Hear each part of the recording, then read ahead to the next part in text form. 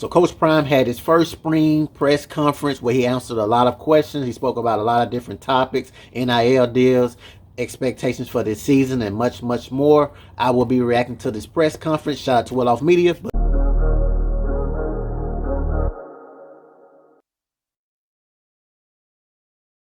What's good, YouTube? Mag Dog TV back with another video. If you're new here, stopping by for the first time, hit the like, subscribe button, comment. I really appreciate it. Also, hit the notification bell. That way, whenever I upload a video, you guys will be aware. 6 after the spring, but we already got these young men already on standby, or we already are thinking that these young men may jump into the portal from wherever they are, and we need those positions fulfilled. But with youngsters now,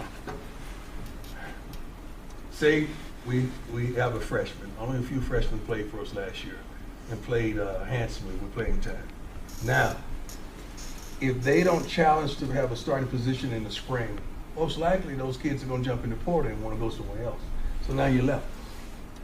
So what we rather do is go get sophomore in college. Trust me, I get it from a coach perspective, but if I was an incoming high school recruit, I would absolutely hate this, because that's the move now in this generation of this era of football is transfer portal, because as Coach Prime mentioned, you can go out there and get guys that have that experience, that understand the routine and all of those things, what we call veterans in the game of football. And he also is correct. Players like Kamani McLean, he's trying to start right now at this point. So if he don't start, there's a very good chance that he would hit that transfer portal before this fall camp. So I absolutely agree with him 100%. But I see Kamani McLean starting this upcoming season. I don't see him getting in the rotation. I see him starting specifically because student athlete of the week, getting a lot bigger, look more mature, and all of those things. So the sky's the limit for him. Collegiate tell Bucky in the midst of the day, I'm getting ready to run today.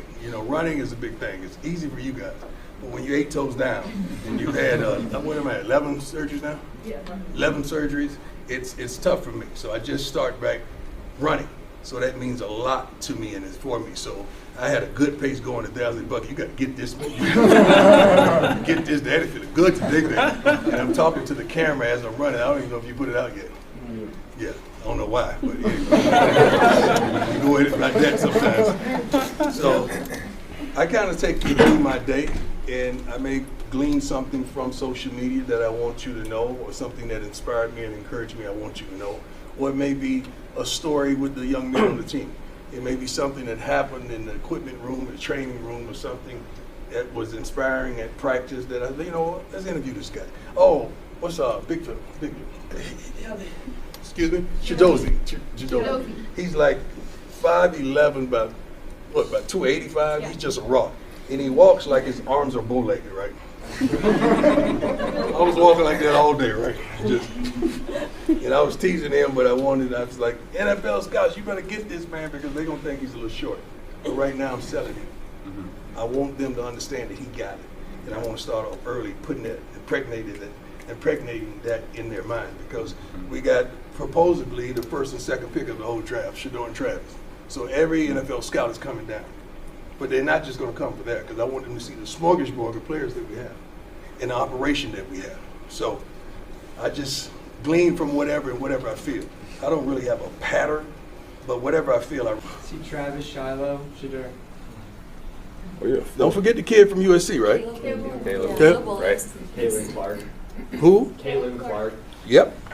Go next. Go next. Haven't seen it, but show me that commercial. Yeah. The 5. But everybody's talking about NIL. Right. See NIL. That's all you've seen. All these college athletes, and you named 5 people. This is not NIL. This is not the day of NIL. That's what it's supposed to be. Mm-hmm. But it's collectives. And that's where it went wrong instead of staying right. I wish it was NIL so the kids could earn it, because now you got a ball for a CEO to invest in you. You think I'm going to have, just say, $100 million company, and I'm going to invest in a college kid that I don't know nothing about, right, and he could be in a deer in a headlight and get drunk after the game, and now my company brand is on it? There's no way. So you kind of wait till those kids kind of prove to you that they can handle the light, they can handle the stage, they can handle the opportunity, then you may afford to give them that. But we're talking about collectives. And I'm sick of everybody in the country talking about NIL. It's not NIL. I personally feel like NIL deals has ruined the game of football. If you guys wonder why Nick Saban retired, the great Nick Saban, it's because of these NIL deals. You don't have the control over your player like you would have done back in the day. Back in the day, these guys was more humble. They was more hungry because they was trying to get that. Now that it's already given to them early, it's almost like, what can you tell me? I'm a millionaire right now. You know what I'm saying? And not everybody is millionaires. It's only a collection, as what Coach Prime said. And also, you're going to have to earn that NIL deal if Coach Prime giving it to you because of that brand, what he has representing him and all of those things. But you have other coaches that will be more willing to give you that NIL deal just because of the status and all of those things. They're quick. It's just like the NFL Combine. They're very, very quick to jump and ride with you just because of status. And to us, to want to sit down with them to understand how we do what we do. But it's no handbook.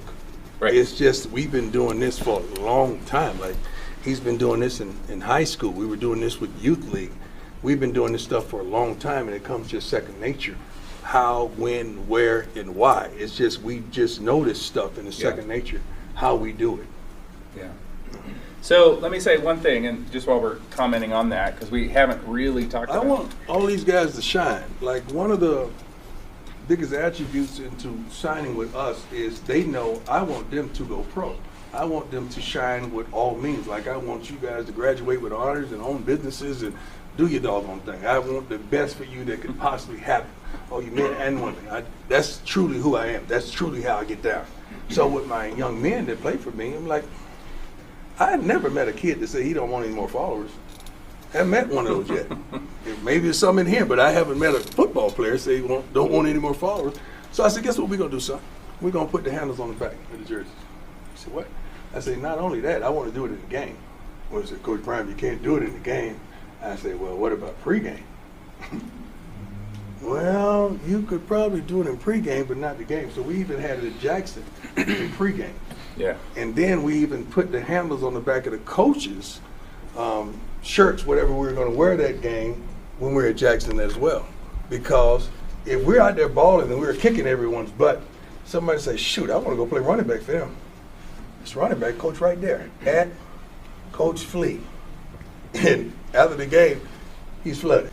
He's flooded. Coach Prime is a phenomenal genius as far as marketing go, and I think what makes him special is he knows how to adapt to the generation we in right now. Everything's about social media. Everything is about technology. We know what Coach Prime was able to do as far as marketing back in the day when this wasn't even famous. So with it being famous now, that is why it's even more popular when we speak about the name brand of Coach Prime, because he knows how to utilize those things, man, and to put at behind their jersey during pregame, that's hell of a marketing right there. Because as he said before, if I'm a recruit and I want to play for you, all I gotta do is look at the back of your name and see the ad, and I can contact you. And the same thing as far as scouts go. If I see a coach that I want to actually upgrade as far as opportunities, we can just go to the Instagram DM, hey, you got an opportunity. So I absolutely love it, man. Coach Prime is a genius.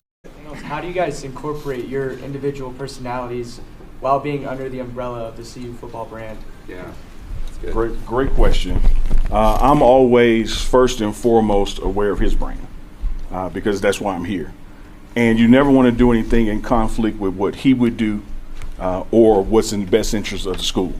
And I think from that point, your own personality, clicks in. It's what I was saying earlier. I can interview player X, Bucky can interview player X, and it's two different interviews because we're two different people. Mm-hmm. And that's what comes out in the channels and in content. You repeat the question again? How do you just show your personality while being under the umbrella of CU football, its brand? Well, you have different identities. Like he has Coach Prime, he has Prime Time, he has Deion Sanders. So you kind of have different identities. And then we were raised in a specific way.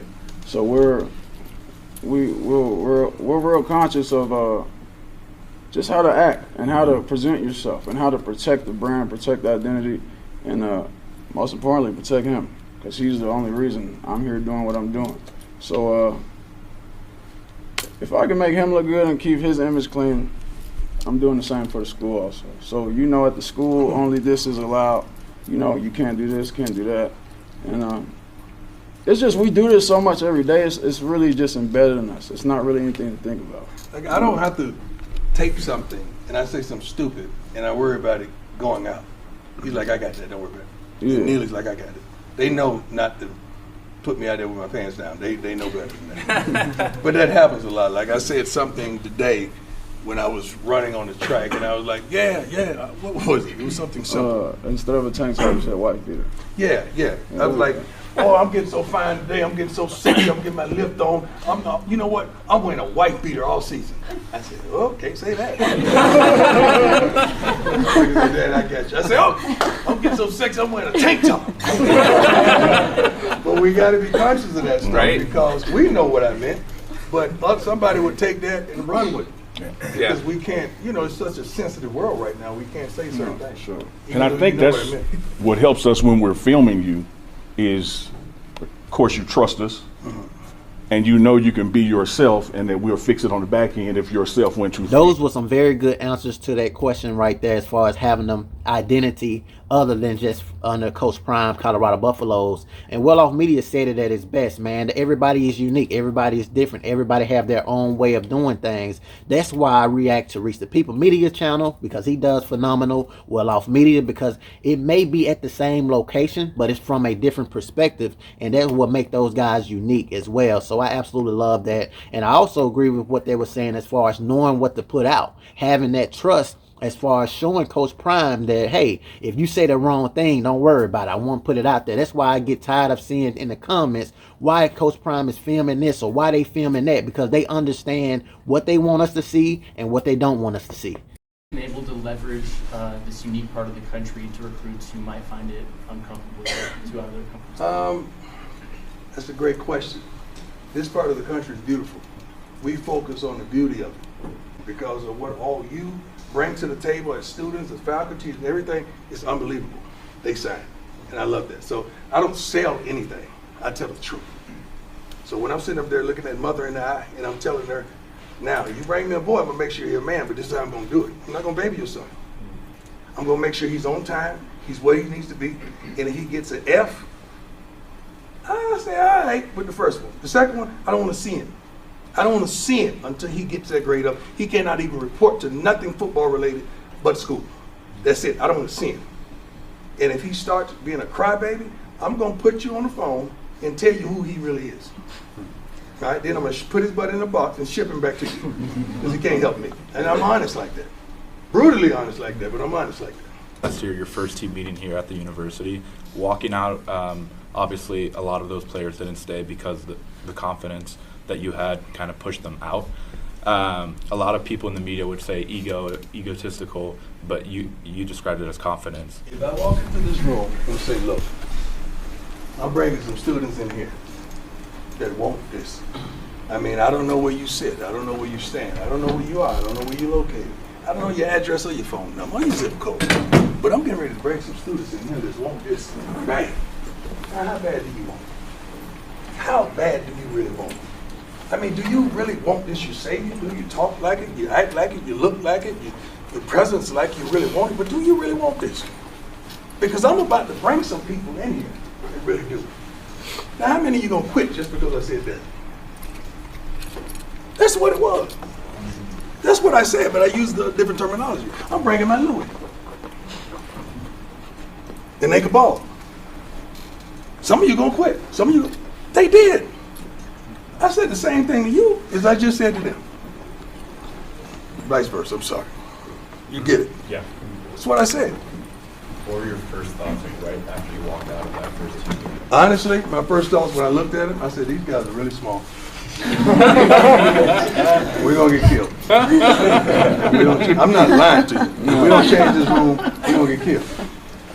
I really said that. If we don't change this room, we're gonna get killed. And all the comments online was, man, your team is small. Man, your team is small. But what I did, I didn't spend a lot of money on, didn't spend a lot of money on practice jerseys. We got the regular practice jerseys because we knew that whole team was gonna be gone. So we weren't gonna spend a lot of money on practice jerseys with their names on it, so they're gonna keep them. So the jerseys was really baggy.